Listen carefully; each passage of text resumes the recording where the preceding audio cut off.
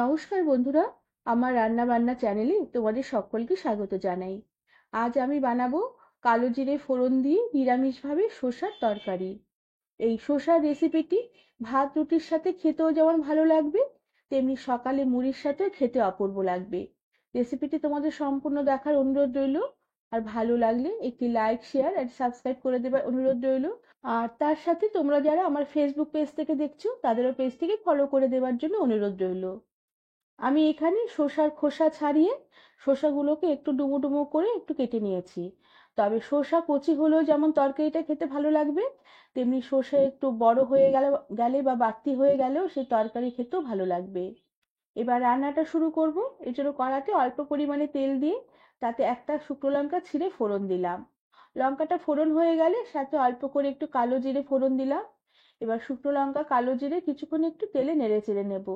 ফোড়নের একটা খুব সুন্দর গন্ধ বেরোলে আমি শসা কেটে ধুয়ে বেশ ভালো করে জল ঝরিয়ে নিয়েছি। সেই জল ঝরিয়ে রাখা কেটে রাখা শসা আমি ফোড়নে দিয়ে দিলাম। এবার শসাগুলোকে তেলে আর ফোড়নের মধ্যে কিছুক্ষণ একটু নেড়ে চেড়ে নেব, যাতে ফোড়নের গন্ধটা শসার মধ্যে বেশ ভালোভাবে মিশে যায়। এরপরে শসাতে দিয়ে দিলাম পরিমাণ মতো নুন আর অল্প করে একটু হলুদ গুঁড়ো। এবার সমস্ত শসাগুলোকে নুন হলুদ দিয়ে বেশ ভালো করে কিছুক্ষণ একটু নেড়ে চেড়ে নেব। শসার তরকারিতে প্রথমে নুন দিয়ে দিয়েছি। শসার মধ্যে যে জল আছে সে জলটুকু সবটা বেরিয়ে আসবে, শসাটা তাড়াতাড়ি মজে আসবে, রান্নাটাও তাড়াতাড়ি হয়ে যাবে। এবার কিছুক্ষণ একটু নেড়ে চেড়ে নেবার পরে আমি গ্যাসের আঁচ কম করে দেব আর ঢাকা দিয়ে ঢাকা খুলে বারবার করে শসাটুকু মজে আসা অবধি আমি একটু ভাজা ভাজা করে নেব। আর এরপরে আমি এই শসার তরকারির জন্য একটি সিম্পল সাধারণ মশলা বানিয়ে নেব। এই জন্য শিলপাটাতে আমি অল্প করে একটু সাদা সর্ষে নিয়ে নিলাম। আর হাফ চামচেরও কম, আর তার সাথে ওই হাফ চামচেরও কম আমি পোস্ত নিয়ে নিলাম। সাথে ঝালের জন্য কয়েকটা কাঁচা লঙ্কা নিয়ে নিলাম। এবার এই সমস্ত মশলাগুলোকে বেশ ভালো করে মসৃণ করে চন্দনের মতন করে আমি বেটে নেব। আর মশলাগুলো বাটা হয়ে গেলে আমি মশলাগুলো একটি বাটিতে তুলে নিলাম।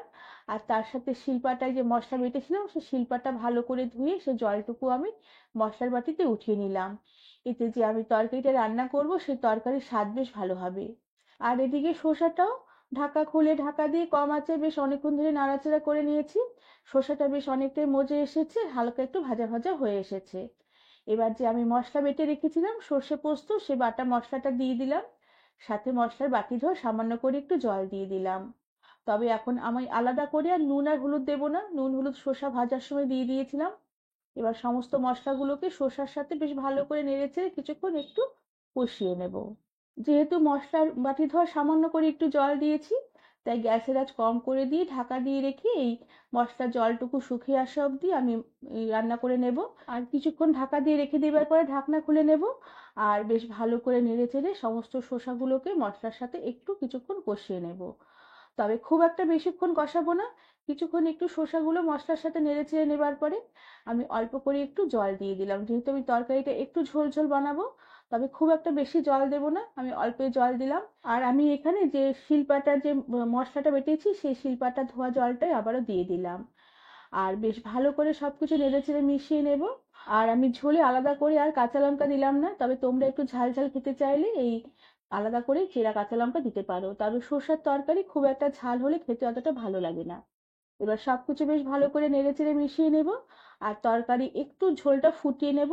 আর ঝোলটা একটু ফুটে উঠলে আমি গ্যাসের আঁচটা কমিয়ে দিয়ে ঢাকা দিয়ে রেখে কিছুক্ষণ শসাগুলোকে একদম ভালো করে সেদ্ধ হয়ে মজে আসা অবধি রান্না করে নেব। কিছুক্ষণ ঢাকা দিয়ে রান্না করে নেবার পরে ঢাকনা খুলে দিলাম। শসা বেশ ভালো করে মজে এসেছে, সেদ্ধ হয়ে গেছে। আর ঝোলটাও বেশ অনেকটাই ঘন হয়ে এসেছে। এবার আমি স্বাদের ব্যালেন্সের জন্য অল্প করে একটু গুড়ের পাউডার বা জ্যাগেরি পাউডার ছড়িয়ে দিলাম।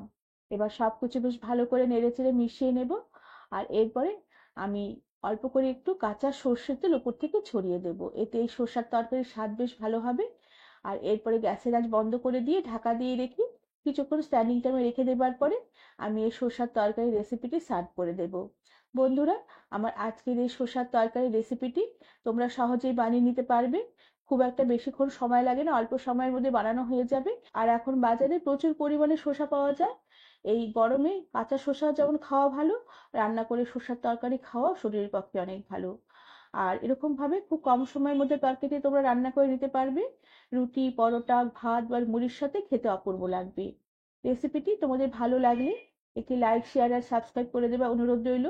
আর তার সাথে পাশে থাকা বেল আইকনটি প্রেস করে দেবে, যাতে আমার সব নতুন ভিডিও নোটিফিকেশন সবার আগে তোমাদের কাছে পৌঁছে যাবে। আর তার সাথে যারা আমার ফেসবুক পেজ থেকে দেখছো তাদেরও পেজটিকে ফলো করে দেওয়ার জন্য অনুরোধ রইল। আজ তাহলে আসি, পরে আবার একটি নতুন রেসিপি নিয়ে দেখা হবে। ধন্যবাদ বন্ধুরা।